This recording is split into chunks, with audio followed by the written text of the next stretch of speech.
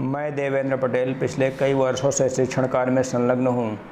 अनेक परेशानियों के चलते कई बार विद्यार्थी अध्यापकों के समक्ष शिक्षा लेने के लिए उपस्थित नहीं हो पाते हैं।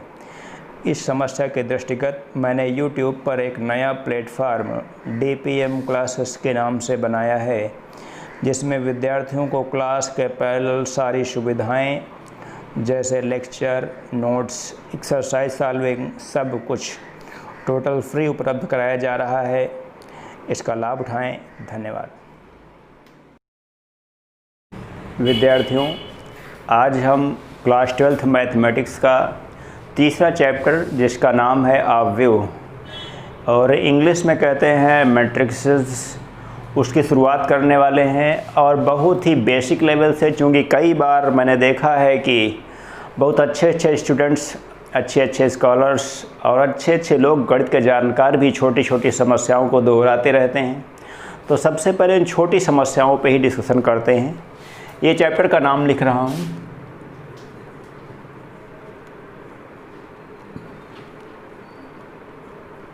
ये लिखा है मैट्रिक्स।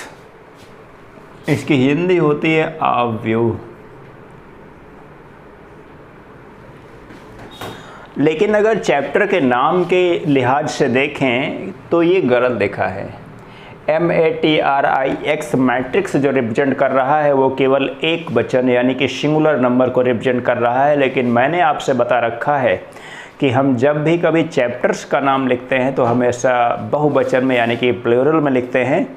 तो इसका मतलब सबसे पहली बात तो ये हो गई, जब भी हमको चैप्टर का नाम लेना है कि हाँ मैट्रिक्स पढ़ाया गया कि नहीं पढ़ाया गया, तो हमेशा विद्यार्थी अक्सर यही कहते हैं मैट्रिक्स पढ़ा दिया गया है, मैट्रिक्स नहीं पढ़ाया गया है।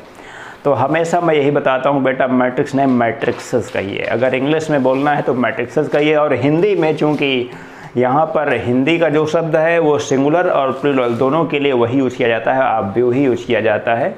तो हिंदी में तो आपका सही हो जाता है, लेकिन इंग्लिश में कई बार विद्यार्थियों को यहाँ पे समस्या आती है। तो ये जो मैंने लिखा है चैप्टर के नाम के लिहाज से ये गलत है। MATRICES अब सही हो गया, ये अब सही हो गया। इस प्रकार से विद्यार्थियों को ध्यान रखना है छोटी से छोटी चीज़ें। अन्यथा लोग कहते हैं कि आपके अध्यापक या फिर आपके जो संपर्क के लोग हैं उन्होंने सही जानकारी आपको नहीं दिया है चैप्टर्स की। आइए शुरुआत करूंगा। सबसे पहले 1850 ईस्वी में मैट्रिक्स शब्द का यूज किया गया था, लेकिन उसके बाद आधुनिक गणित में और इस समय जो टेक्नोलॉजिकल फील्ड चल रही है इसमें भी मैट्रिक्स का बहुत ज़्यादा यूज किया गया है। तो आपको बताना चाहता हूँ इसकी शुरुआत क्यों हुई, कैसे हुई, इसका बेसिक चीज़ क्या है, यहाँ पे बेसिक कॉन्सेप्ट क्या होता है मैट्रिक्स शुरू करने का, क्या आवश्यकता है। हम लोग आज अपने दैनिक जीवन में, जैसे मैंने कहा कि दैनिक जीवन में भी इसका बहुत बड़ा यूज है, तो दैनिक जीवन में हम लोग कैसे इसका यूज करते हैं उन चीज़ों को भी समझने की आवश्यकता है। यहाँ पे दिखाना चाहता हूँ, जैसे अभी ये दूध की गाड़ियाँ जो घूमती रहती हैं, जैसे दूध, जैसे अमूल दूध है या फिर अनेक प्रकार की गाड़ियाँ जो भी है, पराग है, इस प्रकार की डेयरी वाले दूध की घूमती रहती हैं। जैसे इनके पास बहुत सारे, मैंने एक दिन देखा इनका लिस्ट जो है कि ये लोग लिस्ट कैसे तैयार करते हैं, जो कि ये लगभग 100-150 दुकानों में पर डे सप्लाई करते हैं। तो इनका हिसाब कैसे करते हैं, ये बड़ी समस्यात्मक स्थिति है यहाँ पे। तो उन्होंने ये मैट्रिक्स का सिस्टम जो बना रखा था वास्तव में काबिल तारीफ़ था। वो वही सिस्टम मैं आज आपको बताना चाहता हूँ, कैसे ये कम पढ़े लिखे लोग या फिर छोटे छोटे व्यवसायी वर्ग कैसे मैट्रिक्स का यूज करते हैं, मैट्रिक्स का यूज कैसे करते हैं, आज बताना चाहते हैं आपको। जैसे दूध की सप्लाई, एक गाड़ी निकल रही है, एक लोग हैं रामू, एक लोग हैं श्याम, एक लोग हैं रमेश। इस प्रकार से बहुत सारे लोग हैं जहाँ पर डे दूध की सप्लाई हो रही है। आज जैसे मैं कह रहा हूँ कि आज तारीख 1 है, आज अगर कह दूँ कि 1 जून है, तो 1 जून से अगर 1 जून को गाड़ी मूव कर रही है तो रामू ने अगर 10 पैकेट दूध लिया तो इस प्रकार से 10, श्याम ने 20 पैकेट दूध लिया तो इस प्रकार से 20, और उस प्रकार से रमेश ने अगर लिया है 5 पैकेट दूध तो ये हो गया 5। इस प्रकार से उसके बाद 2 जून को यहाँ पे जून डाल देता हूँ।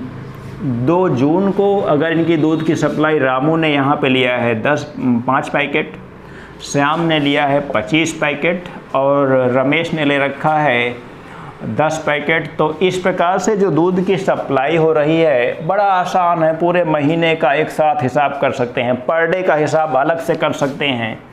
पर डे का हिसाब यहाँ पे आप पर डे टोटल 1 तारीख को कितना वितरण हुआ आप यहाँ पे देख सकते हैं, 20, 5, 25, 10, 35। 2 तारीख को कितना हमारा वितरण हुआ है दूध का, ये भी आप देख सकते हैं, 40 पैकेट, 35 पैकेट। इस प्रकार से पर डे को हिसाब रखने में बड़ा आसान है। था सोचिए अगर इस प्रकार का सिस्टम ये लोग ना जानते होते तो आज इनके हिसाब में कितनी समस्याएं आ सकती थी। तो इन्होंने बड़ा अच्छा, तो मित्रों बताना चाहता हूं कि यही चीज़, ये जो चीज़ें हैं ये मैट्रिक्स कही जाती हैं, मैट्रिक्सेस, अवयव कहा जाएगा। ये जो सिस्टम इन्होंने बना रखा है ये एक अवयव के सिस्टम से जनरेट हुआ है ये पूरा सिस्टम। बताना चाहता हूं कि इसमें ये जो लाइनें हैं ये इस प्रकार से, ये क्षैतिज रेखाएं हमेशा पंक्ति कही जाती हैं, पंक्ति। इनको इंग्लिश में हम लोग रो कहते हैं, रो। ये जो ऊर्ध्वाधर रेखाएं हैं इनको हम लोग स्तंभ कहते हैं, स्तंभ, और इंग्लिश में कॉलम। तो इस प्रकार से हमने आपको जानकारी दी। सबसे पहले एक विशेष जानकारी की एक सामान्य व्यक्ति किस प्रकार से आज के समय में मैट्रिक्सेस का यूज कर रहा है, कोई ऐसी समस्या नहीं है। अब हम बात करेंगे आगे। सबसे पहले चैप्टर पे आते हैं उतर के, और सबसे पहले चैप्टर की शुरुआत करने से पहले आपसे बात की जाएगी यहाँ पर कि इसकी डिफिनीशन क्या होती है, और बहुत ही अच्छे तरीके से सब कुछ समझाते हुए, सब कुछ नोट्स देते हुए, लिखते हुए। तो डिफिनीशन, परिभाषा।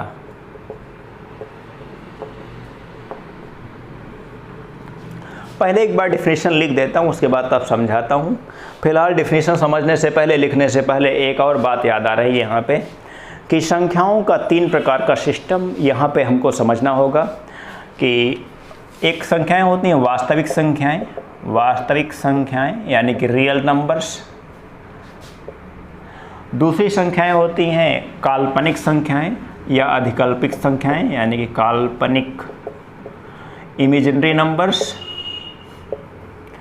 और उसके बाद आती हैं यहाँ पे सम्मिश्र संख्याएं, सम्मिश्र यानी कि कॉम्प्लेक्स नंबर्स। तो इस प्रकार से जो संख्याएं आती हैं इनको समझना यहाँ पे आवश्यक है। कि वास्तविक संख्याएं तो आप जानते हैं 2, 4, 6 कुछ भी हो सकती हैं, 2, -5, 0 कुछ भी हो सकता है, √2। इस प्रकार से ये सारी संख्याएं वास्तविक संख्याएं कही जाती हैं। काल्पनिक संख्याएं, जिन संख्याओं के साथ आयोटा यहाँ पे इंक्लूड होता है, हम क्लास 11th में आपको बता रखे हैं कि यहाँ पर काल्पनिक और सम्मिश्र संख्याएं क्या होती हैं। फिलहाल एक छोटी सी बात यहाँ पे करना चाहता हूँ, जैसे 2i है, -4i है, या फिर अगर ऐसे लिखें तो रूट के अंदर -2 है। ये सारी संख्याएं काल्पनिक संख्याएं कही जाती हैं। सम्मिश्र संख्याओं का मतलब यहाँ पे होता है ये एक संख्या युग्म होता है, इसका एक भाग वास्तविक और दूसरा भाग काल्पनिक होता है। जैसे सम्मिश्र संख्याएं होती हैं x + 2i इस प्रकार से, या फिर 3 + 4i, ये सब सम्मिश्र संख्याएं कही जाती हैं। तो इस प्रकार से विद्यार्थी इन चीज़ों से पहले से फैमिलियर हैं, इनको कोई समस्या नहीं है। लेकिन मैंने छोटा सा रिकैप आपके सामने दिया कि विद्यार्थी और बेहतर तरीके से समझ सके मेरी बातों को, अन्यथा फिर समझने में छोटी छोटी बातों को समस्या आती है। तो डिफिनीशन पे चलता हूँ। mn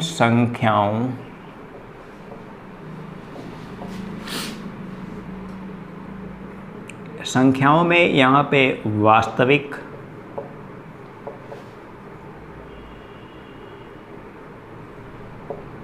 काल्पनिक,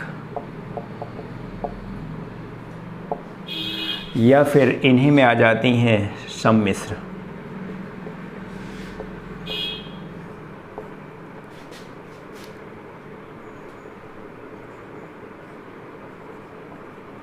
फलनों। के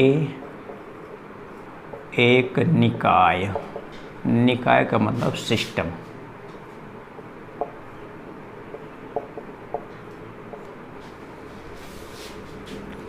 को m पंक्तियों, m पंक्तियों का मतलब रोज, तथा n स्तंभों, स्तंभों की इंग्लिश मैंने बताया आपको कॉलम्स,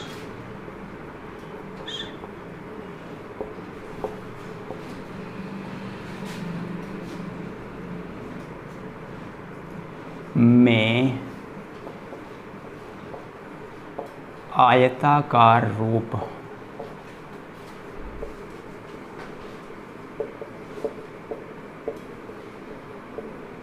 रेक्टेंगुलर एरे बोलते हैं, में व्यवस्थित करने को m क्रॉस n क्रम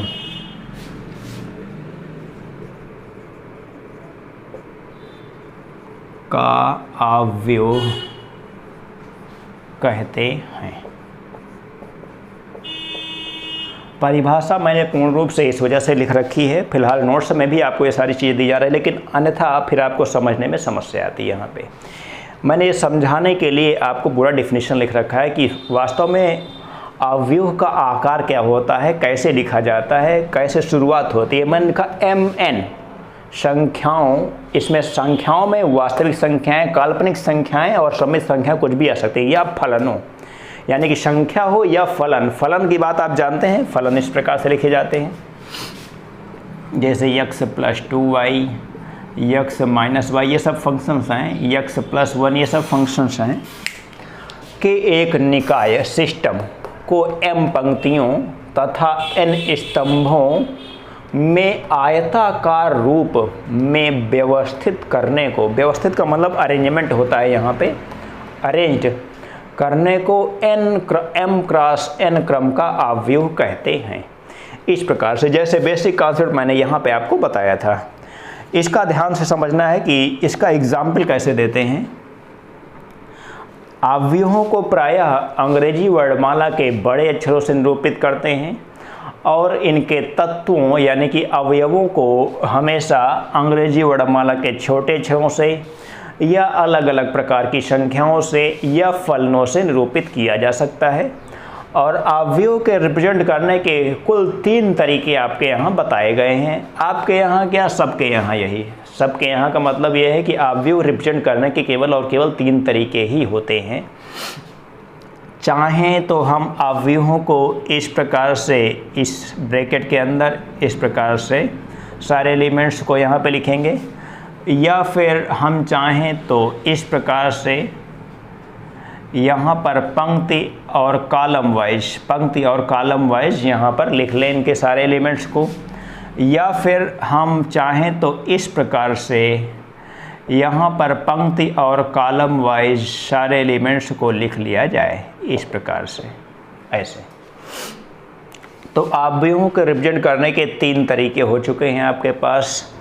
एक m क्रॉस n का अवयव यहाँ पे दिखाना बहुत आवश्यक है कि m क्रॉस n के अवयव को कैसे रिप्रेजेंट किया जाता है, पूर्ण रूप से समझने वाली बात है। ये दिखा रहे हैं आपको, आप समझने का प्रयास करें। यहीं पे लिखता हूँ, माना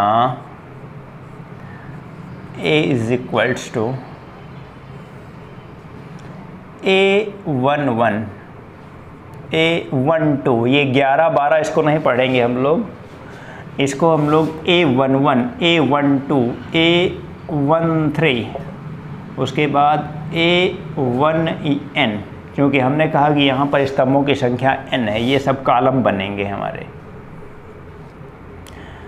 A21 A22 A23 up to so on A2n, A31 A32 A33 और यहाँ पे आ जाएगा A3n। इसी प्रकार से ये फर्स्ट रो है हमारी, ध्यान दीजिए, इसको हम रो 1 या फिर R1 से रिप्रेजेंट करेंगे, इसका नोटेशन है। समझते चले सारी बातों को। यहाँ पे रो 2 यानी कि R2 है, ये R3 है यानी कि रो 3 है। ये जो ऊर्ध्वाधर लाइनें जा रही हैं, ये लाइनें हमेशा स्तंभ कही जाती हैं। यहाँ पर M पंक्तियाँ हैं और N स्तंभ है, यानी कि AM1 इस प्रकार से, यहाँ पे AM2, यहाँ पे AM3 और ये इसका जो लास्ट एलिमेंट्स होता है ये AMN होता है। यहाँ पे समझना है कि ये कॉलम 1 है, कॉलम 1। इसी प्रकार से कॉलम 1 को C1 और इसको C2, इसको C3, इसको CN से, इसको रिप्रेजेंट करेंगे हम CN से। और ये जो रिप्रेजेंट की गई है ये यहाँ पे RM है। RM का मतलब MV पंक्ति है। CN का मतलब ये Nवां स्तंभ यानी कि कॉलम है। इस प्रकार से विद्यार्थियों को ये A11, A12 जो हैं ये एलिमेंट्स को जो नाम दिया जाता है, जैसे पहला तत्व, दूसरा तत्व, इस प्रकार से। यहाँ पर A11 का मतलब ये पहली पंक्ति और पहले स्तंभ का एलिमेंट है। ये A12 का मतलब यहाँ पर जो भी एलिमेंट आएगा वो first row and second column का एलिमेंट कहा जाएगा।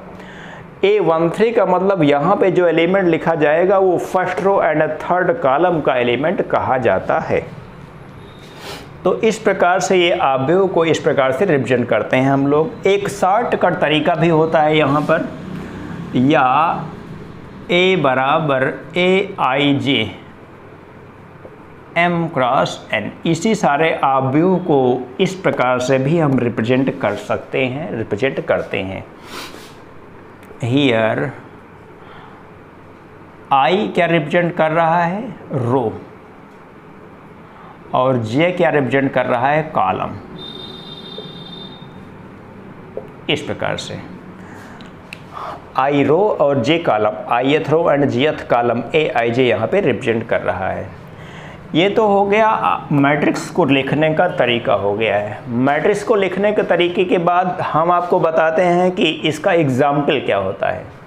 जैसे मैंने कहा कि यहाँ पर तो मैं सबसे पहला वाला ये वाला यूज किया है, आप चाहें तो ये, चाहें ये, जो भी चाहें वो यूज कर सकते हैं। फ़िलहाल मोस्ट परफेक्ट यही समझ में आता है, तो ज़्यादातर बुक्स में भी और टीचर्स भी इसी को यूज करते हैं, या फिर आप तो कोई समस्या नहीं, मैंने सारे तरीके आपको बता रखे हैं। यहाँ पे आगे बढ़ते हैं और एक एग्जाम्पल देते हैं मैट्रिक्स का। Let B is equal to 2 3 4 A B C। इस प्रकार से अगर हम पूछें विद्यार्थियों को कि इसका A12 एलिमेंट बताइए, तो A12 एलिमेंट इसका 3 है। ये एलिमेंट कौन सा है, A12 यानी कि फर्स्ट रो और सेकंड कॉलम का एलिमेंट है। अगर हम इससे कहेंगे A23 एलिमेंट बताइए, 23 का मतलब पहला जो है वो रो को रिप्रेजेंट करता है और दूसरा एलिमेंट जो यहाँ पर होता है वो कॉलम को रिप्रेजेंट करता है, यानी कि ये कौन सा एलिमेंट है, यहाँ पे A23 एलिमेंट है। तो इस प्रकार से विद्यार्थी एलिमेंट्स को नाम दे सकते हैं। जैसे कई बार क्लास में ये समस्या आती है, जैसे कुछ विद्यार्थी क्वेश्चन बोलते हैं और मैं क्वेश्चन को लिखता हूँ, तो जैसे मैं क्वेश्चन को लिखता हूँ तो विद्यार्थी कहता है गुरुजी वहाँ पे 3 की जगह पे 2 है, 3 की जगह पे 2 है, 3 पता चला यहाँ भी है, जैसे यहाँ भी 3 कर दिया गया, तो कहे नहीं इस वाले की नहीं उस वाले। तो ऐसी समस्या यहाँ पे आती है। तो इस वाले और उस वाले से बात नहीं करनी है हमको सीधे बात करनी है A12 वाला गड़बड़ है कि A22 वाला गड़बड़ है। इस चीज़ को समझना होगा आपको, यहाँ पे ध्यान देने वाली बातें हैं, छोटी छोटी सी बातें हैं। ये तो हो गई मैट्रिक्स की डेफिनेशन पूर्ण रूप से। और इसका आर्डर अभी इसका जो मैंने बता रखा है आपको, इसका आर्डर भी आपको समझना है। चलिए यही चीज़ है इसमें आर्डर, जैसे मैंने इसका आर्डर आपको बता रखा है, ये M क्रॉस N है इसका आर्डर, यानी कि पंक्तियों की संख्या M है और स्तंभों की संख्या N है, तो M क्रॉस N कहा जाएगा। यहाँ पर पंक्तियों की संख्या 2 है तो 2 क्रॉस, यहाँ पर स्तंभों की संख्या 3 है तो 2 क्रॉस 3 इसका क्रम कहा जाएगा, इसका ऑर्डर कहा जाएगा। इस अवयव बी का जो ऑर्डर है वो क्या कहा जाएगा, 2 क्रॉस 3। इस प्रकार से आप जो है कि मैट्रिक्स का रिप्रेजेंटेशन, मैट्रिक्स का ऑर्डर, इन सारी बातों की चर्चा आप कर चुके हैं। यहाँ पे कोई ऐसी समस्या नहीं होने वाली है।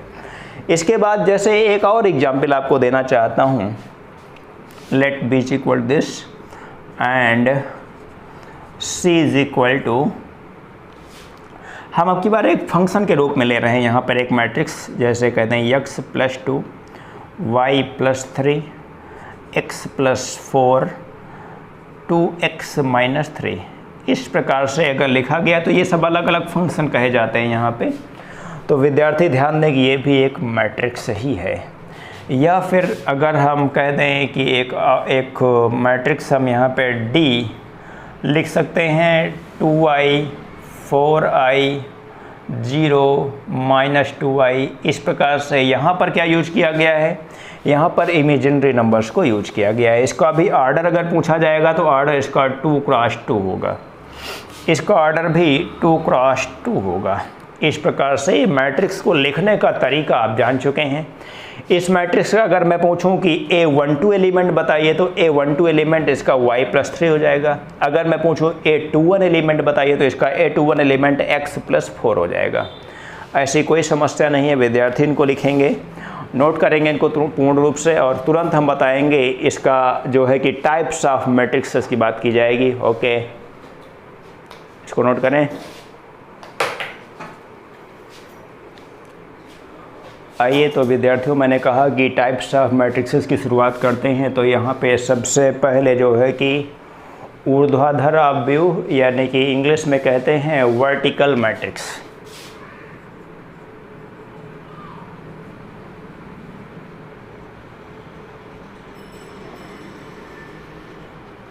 यानी कि वर्टिकल मैट्रिक्स।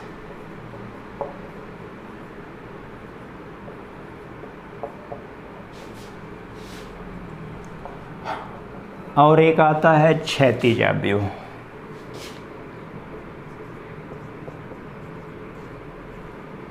क्षैतिज अवयव, इसको कहते हैं हॉरिजॉन्टल मैट्रिक्स।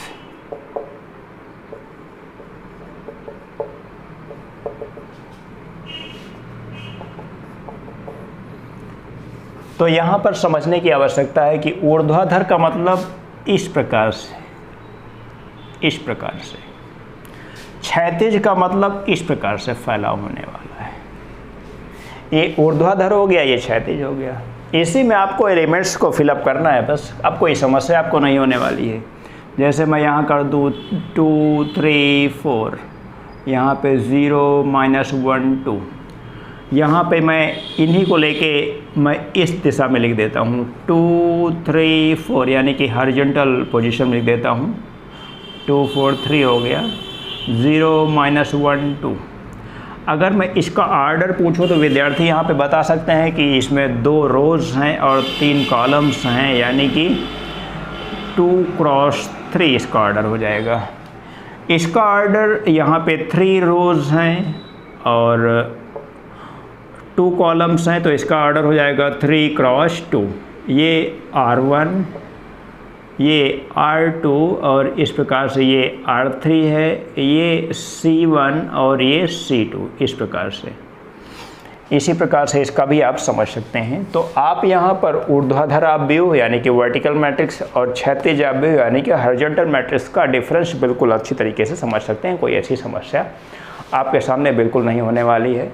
और बताना चाहता हूँ कि आपके बोर्ड एग्ज़ाम्स के लिए और आपके कॉम्पिटिटिव एग्ज़ाम्स के लिए भी, IIT JEE मेंस के लिए हो, चाहे एयरफोर्स NDA के लिए हो, डिफेंस सेक्टर के किसी भी एग्ज़ाम्स के लिए हो, किसी भी इंजीनियरिंग एग्ज़ाम्स के लिए हो, या फिर आप आगे की पढ़ाई करने वाले हैं इंटरमीडिएट के बाद, आप पता चला कि एग्रीकल्चरल BSc AG करना चाहते हैं, या फिर आप IERT पॉलीटेक्निक का डिप्लोमा करना चाहते हैं। हर स्टूडेंट्स बार बार मुझे बात करते हैं तो बताते हैं कि सर इन चैप्टर्स का विशेष महत्व है वहाँ पे, तो मैं बताना चाहता हूं कि इस चैप्टर का भी बहुत ज़्यादा इम्पोर्टेंस है आपके आगे के कोर्सेज में भी और बोर्ड एग्ज़ाम्स में भी और सभी कॉम्पिटिटिव एग्ज़ाम्स में भी। और ये चैप्टर आसान भी है, कोई ऐसी समस्या नहीं। हाँ, इसका लिखने का जो प्रोसेस है वो थोड़ा सा बड़ा होता है बस। तो इस चीज़ को विद्यार्थी से घबराना नहीं है, इन चीज़ों से बहुत ही आसान तरीके से इनको समझना है, बिल्कुल परेशान नहीं होना है, सब कुछ बहुत अच्छा होने वाला है। आगे बात करूंगा ऊर्ध्वाधर और क्षैतिज के बाद आता है रो मैट्रिक्स और रो वेक्टर, यानी कि इसको हिंदी में कहते हैं रो मैट्रिक्स और रो वेक्टर। इंग्लिश में लिखता हूं रो मैट्रिक्स और रो वेक्टर। पंक्ति आव्यूह या पंक्ति सदिश, इसको कहते हैं पंक्ति आव्यूह या पंक्ति सदिश भी बोलते हैं इसको। तो विद्यार्थी इसको पूर्ण रूप से जान रहे हैं। ऐसा एक आव्यूह होता है जहां पर केवल एक ही पंक्ति हो, उसे पंक्ति आव्यूह या पंक्ति सदिश कहते हैं। रो मैट्रिक्स और रो वेक्टर कहते हैं उसे। एक पंक्ति का मतलब जैसे 2 3 0 5 इस प्रकार से।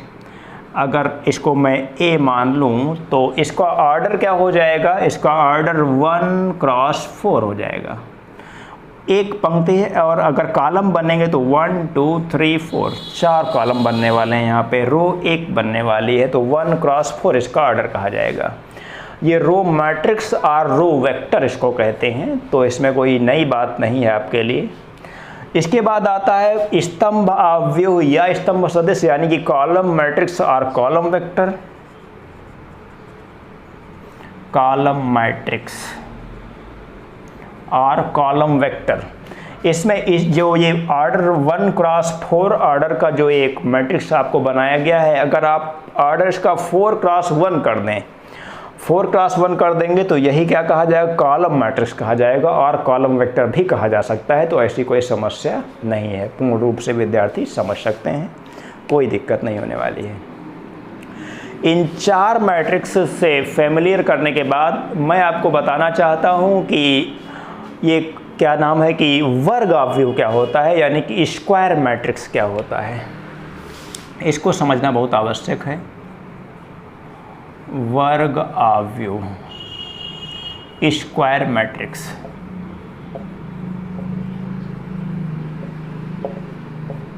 ऐसे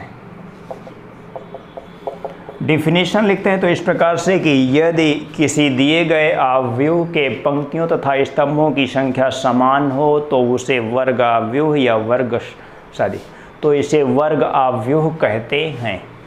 वर्ग आव्यूह यानी कि स्क्वायर मैट्रिक्स आप समझ सकते हैं। लेट, जैसा मैंने बता रखा है आपको कि इसका रिप्रेजेंटेशन क्या होता है, यानी कि मैट्रिक्स का नोटेशन क्या होता है। तो ए बी सी डी कुछ भी, जैसे मैं यहाँ पे डी ले रहा हूँ तो इस प्रकार से अगर मैं लिखूँ यहाँ पे 0 2 3 4 -1 2 3 4 5 इस प्रकार से, ये 3 क्रॉस 3 इसका ऑर्डर है या ऑर्डर 3 भी कहा जाएगा। ये मोस्ट परफेक्ट यही होगा कि इसको ऑर्डर 3 का एक स्क्वायर मैट्रिक्स कहा जाए, या फिर कहने के लिए ऑर्डर 3 क्रॉस 3 भी आप कह सकते हैं, इसमें कोई डाउट नहीं है, कोई भी समस्या नहीं है। ऑर्डर 2 का भी एक मैट्रिक्स आप देख सकते हैं, जैसे इसको P ले रहा हूँ और यहाँ पे लिख रहा हूँ X Y Z T इस प्रकार से। ये ऑर्डर 2 का एक मैट्रिक्स हो गया है। हाँ, एक बार बताना चाहते हैं यहाँ पे एक बात और कि कई बार इसमें ये लोअर सफिक्स में हम लोग ऑर्डर 2 क्रॉस 2 लिख सकते हैं या फिर नहीं भी लिख सकते, ऐसी कोई दिक्कत नहीं है। कोई ऐसी हमारे पास विशेष कंडीशन नहीं होती कि इसके लोअर पोजीशन पे इसका ऑर्डर लिखा जाए कि ना लिखा जाए। आप लिख भी सकते हैं, नहीं भी लिख सकते हैं। लेकिन अगर पूछा जाएगा P का ऑर्डर क्या है तो ऑर्डर 2 का मैट्रिक्स आप बताएंगे, ऑर्डर 2 का एक स्क्वायर मैट्रिक्स आप बताएंगे। इस प्रकार से ये स्क्वायर मैट्रिक्स हो गया। स्क्वायर मैट्रिक्स पर लगातार 3 शर्तें आती हैं जो कि बहुत ही इम्पॉर्टेंट हैं और बहुत ही मज़ा आएगा इनको जानने में, कोई ऐसी समस्या नहीं होगी। बहुत इंटरेस्टिंग टॉपिक है ये।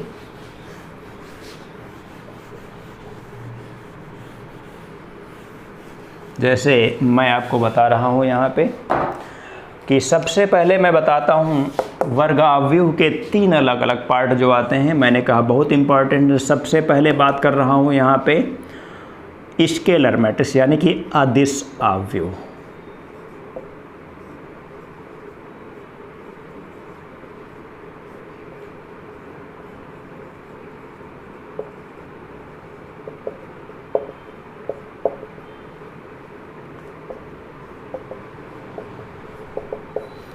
अदिश अवयव स्केलर मैट्रिक्स लिखा गया है यहाँ पे।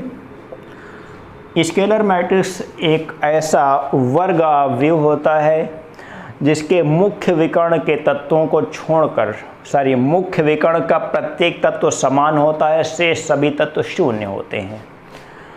फिर से इसकी परिभाषा को विद्यार्थी यहीं पे याद कर सकते हैं, कोई ऐसी समस्या नहीं, तुरंत याद करना इस परिभाषा को।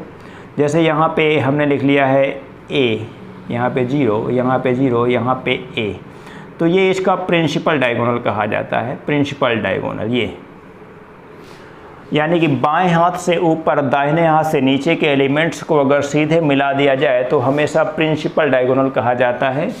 यहाँ पे अगर डी मैट्रिक्स का प्रिंसिपल डायगोनल की बात करें तो इस प्रकार से ये जो है ये प्रिंसिपल डायगोनल कहे जाते हैं। प्रिंसिपल डायगोनल के एलिमेंट a11, a22, a33 इस प्रकार से कहे जाएंगे।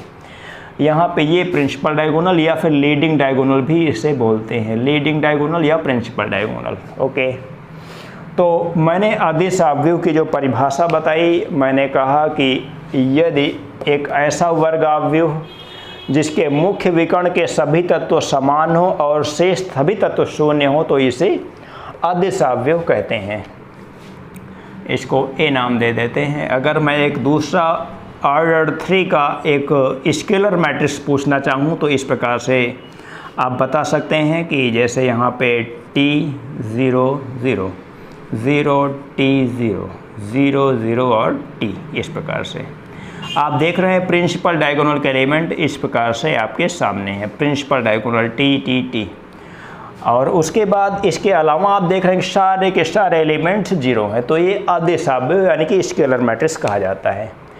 स्केलर मैट्रिक्स के बाद बढ़ते हैं आगे इकाई या तत्समक अवयव यानी कि यूनिट और आइडेंटिटी मैट्रिक्स। इसे यूनिटरी मैट्रिक्स भी कहते हैं, तो ऐसी कोई समस्या नहीं, विद्यार्थी पूर्ण रूप से समझ सकते हैं।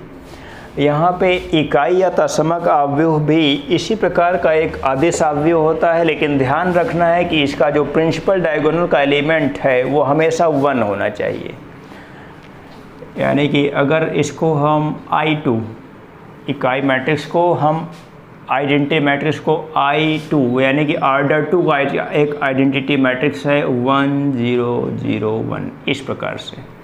यानी कि प्रिंसिपल डायगोनल के एलिमेंट्स जो हैं वो हमेशा 1 होने चाहिए, केवल और केवल 1 ही होने चाहिए। तो इसे हम क्या कहेंगे, इकाई या तत्समक अवयव। या फिर I3 अगर कहेंगे तो I3 इस प्रकार से 1 0 0 0 1 0 और 0 0 1 इस प्रकार से हो गया है। ये ऑर्डर 3 का एक आइडेंटिटी मैट्रिक्स आपके सामने है। आपने देखा कि प्रत्येक आइडेंटिटी मैट्रिक्स जो है वो भी एक क्या होता है, अदिश अवयव यानी कि स्केलर मैट्रिक्स होता है। ऐसी कोई समस्या नहीं है। आगे बढ़ता हूँ। इकाई या तत्समक अवयव के बाद बात करता हूँ विकर्ण अवयव की। विकर्ण अवयव यानी कि डायगोनल मैट्रिक्स।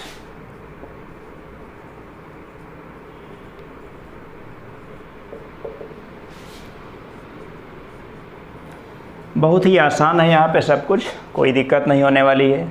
विकर्ण अवयव का मतलब यदि किसी दिए गए वर्ग अवयव के मुख्य विकर्ण के तत्वों को छोड़कर से सभी तत्व शून्य होते हैं तो इसे विकर्ण अवयव कहते हैं। फिर से एक बार रिवाइज करता हूँ डिफिनीशन को। Let A is equal to यहाँ पे 1 0 0 0 2 0 0 0 3 इस प्रकार से। प्रिंसिपल डायगोनल के एलिमेंट इस प्रकार से यहाँ पे आप देख रहे हैं, इस प्रकार से प्रिंसिपल डायगोनल के एलिमेंट आपको दिखाए गए हैं। प्रिंसिपल डायगोनल के अलावा सारे के सारे एलिमेंट्स यहाँ पे 0 होते हैं, तो ये क्या कहलाता है? विकर्ण अवयव। विकर्ण अवयव में ये ध्यान रखना है कि जो प्रिंसिपल डायगोनल के एलिमेंट्स हैं वो कुछ भी लिए जा सकते हैं, कुछ भी, यानी कि 1 2 3 ABC कुछ भी लिए जा सकते हैं। तो आप यहाँ पर देख रहे हैं कि इकाई अवयव भी एक विकर्ण अवयव है और अदिश अवयव भी एक विकर्ण अवयव है, इस तरह से। और दूसरी बात आप देख रहे हैं कि प्रत्येक इकाई अवयव भी एक अदिश अवयव होता है, प्रत्येक इकाई अवयव एक अदिश अवयव होता है और प्रत्येक इकाई अवयव एक विकर्ण अवयव भी होता है। तो ये बहुत सारी कंडीशंस हैं, इनको आप समझ सकते हैं, कोई ऐसी समस्या नहीं है। नोट्स में आपको पूर्ण रूप से सारी बातों का जिक्र किया गया है, बहुत अच्छी तरीके से लिखा गया है। अब इन मैट्रिक्स को हम जानकारी करने के बाद आपको बताते हैं कुछ और महत्वपूर्ण मैट्रिक्स के टाइप्स। जैसे आपको ट्रायंगुलर मैट्रिक्स की बात करते हैं, या फिर एक बात छूट रही थी जीरो मैट्रिक्स की। जीरो मैट्रिक्स और नल मैट्रिक्स, यानी कि शून्य अवयव या रिक्त अवयव। हटाते हैं इनको। तो शून्य अवयव, जैसा कि नाम से स्पष्ट है कि यदि किसी दिए गए अवयव के सभी तत्व शून्य होते हैं तो उसे शून्य अवयव या रिक्त अवयव कहते हैं। आप समझने का प्रयास करें। नल मैट्रिक्स और जीरो मैट्रिक्स, मैं बार बार कह रहा हूँ, यहाँ पे लिख नहीं रहा हूँ क्योंकि आप समझ सकते हैं। 0 0 0 0 ये एक ऑर्डर 2 का नल मैट्रिक्स लिख दिया हमने। इसी प्रकार से 0 0 0 ये ऑर्डर 3 क्रॉस 1 का, यानी कि इसमें 3 रो हैं और 1 कॉलम है, तो 3 क्रॉस 1 ऑर्डर का ये एक नल मैट्रिक्स हो गया है। नल मैट्रिक्स, इसको इस प्रकार से रिप्रेजेंट कर सकते हैं। उसके बाद मैंने कहा कि 2 टाइप्स और आते हैं ट्रायंगुलर मैट्रिक्स के। उन ट्रायंगुलर मैट्रिक्स को भी आपको समझना है। उसमें से पहला टाइप आता है ट्रायंगुलर मैट्रिक्स का अपर ट्रायंगुलर मैट्रिक्स, यानी कि ऊपरी त्रिभुजीय अवयव। इंग्लिश हिंदी दोनों में लिखते हैं।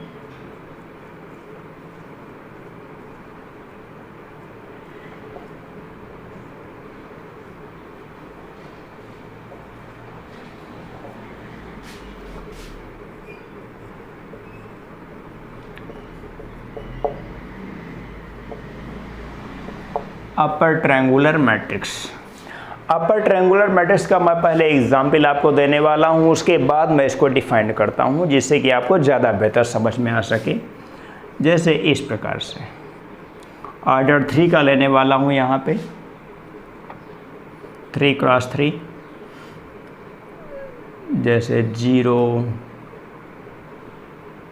2 3 0 1 -4 0 0, यहाँ पे 0 कर देता हूँ, यहाँ पे 1 कर देता हूँ, इस प्रकार से। यहाँ पे स्टूडेंट्स देखें, ऊपर त्रिभुजीय अवयव में मुख्य विकर्ण से नीचे के सभी एलिमेंट्स यहाँ पे 0 हैं। प्रिंसिपल डायगोनल से नीचे लोअर पोजीशन के सारे एलिमेंट्स अगर 0 हो जाते हैं तो हम लोग इसे क्या कहते हैं? ऊपरी त्रिभुजीय अवयव, यानी कि अपर ट्रायंगुलर मैट्रिक्स। इसको हम और अधिक अच्छे तरीके से मैथमेटिकल डिफिनेशन कैसे दे सकते हैं, आप समझने का प्रयास करें। इस एलिमेंट को हमने क्या नाम दिया था? इस एलिमेंट्स का नाम मैंने दिया था ये A21। इस एलिमेंट को क्या नाम दिया गया था? A31। इस एलिमेंट का क्या नाम दिया गया था? A32। इस एलिमेंट का क्या नाम दिया गया था? A23। यहाँ पे आप देखें, अगर इसको मैं पूछूं इसका क्या नाम दिया गया है तो आप बता सकते हैं A13, फर्स्ट रो है, थर्ड कॉलम है। आप देखें कि जिनमें से I और J इस क्रम में लिया जाता है, जिनमें से I बड़ा है, J छोटा है, वो सारे के सारे एलिमेंट्स यहाँ पे 0 लिखे गए हैं। तो I ग्रेटर देन J, ऐसे लिखता हूँ, if aij is equal to 0 for all I greater than j। If aij is equal to 0 for all I greater than j, तो इसे ऊपरी त्रिभुजीय आव्यूह कहते हैं। ऊपरी त्रिभुजीय आव्यूह यानी कि अपर ट्रायंगुलर मैट्रिक्स।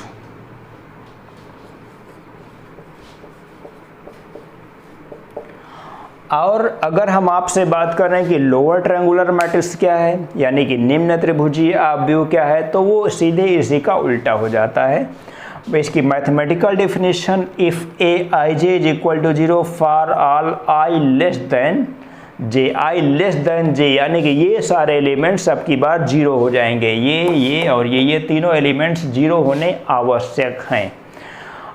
और इसके अलावा जैसे मैंने इसको भी 0 रखा है, यहाँ पे इसको भी 0 कर रखा है, तो इससे कोई विशेष कंडीशन नहीं होती है। कंडीशन केवल एक होती है कि प्रिंसिपल डायगोनल से नीचे के सारे एलिमेंट्स ऊपर त्रिभुजीय आव्यूह के लिए 0 होने चाहिए। उसके बाद आती है बात, ये सारी बातें एक प्रकार से आव्यूह के टाइप्स की मैंने डिस्कशन कर लिया है। आव्यूह के टाइप्स के बाद हम बात करने वाले हैं यहाँ पे आव्यूहों के कुछ और छोटी छोटी प्रॉपर्टीज़ की। जैसे मैं बात करूँगा एक मोस्ट इम्पॉर्टेंट प्रॉपर्टी की कि ये इक्वलिटी क्या होती है, यानी कि आव्यूहों की समानता क्या होती है, इक्वलिटी ऑफ मैट्रिक्सेस। तो यहाँ पर लिखना चाहता हूँ,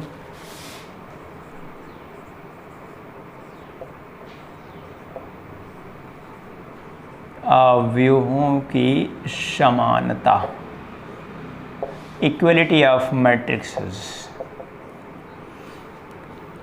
कोई दो दिए गए आव्यूह, नंबर 1 है, यदि इनका क्रम समान हो और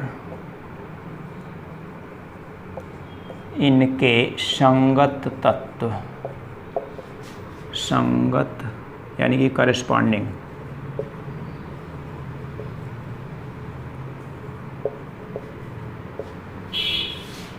तत्व एलिमेंट्स,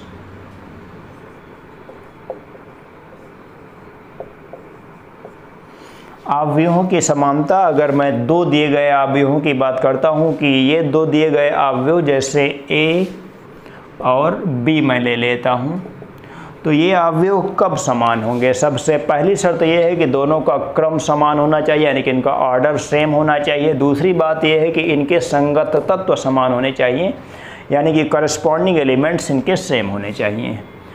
जैसे अगर मैं लिख रहा हूँ यहाँ पे 2T 3C और तब यहाँ भी हमको 2 3, यहाँ पे 4 1, इस प्रकार से हो गया।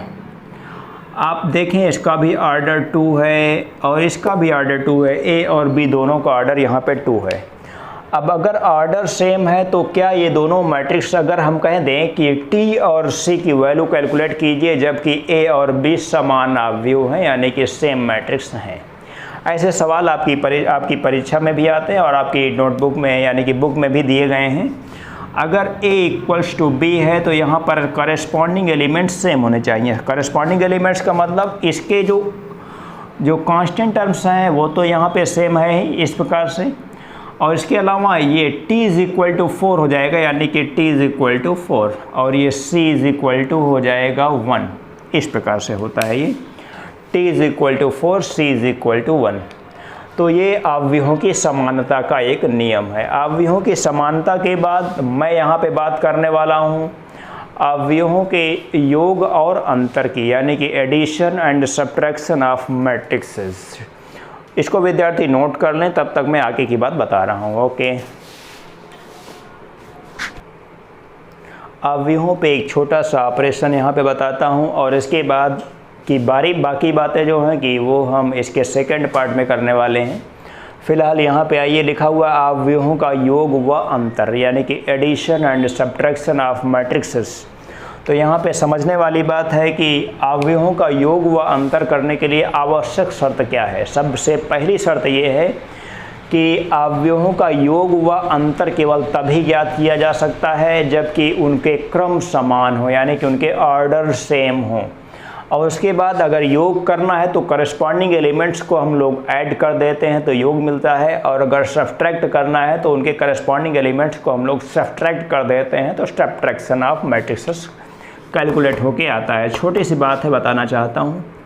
अगर a बराबर 1 2 3 4 ले लेता हूँ और v इज इक्वल टू ले लेता हूँ 0 4 1 -2, तो यहाँ पर a प्लस b, जैसे आप लोग अर्थमेटिक में रिप्रेजेंट करते थे प्लस माइनस को, उसी प्रकार से यहाँ पे भी रिप्रेजेंट करना है। a plus B is equal to 1, इससे इसको ऐड करते हैं। 3 + 1 यानी कि 4, यहाँ पे 2, यहाँ पे 4 यानी कि 6, 4 - 2 यानी कि ये 2 हो जाएगा।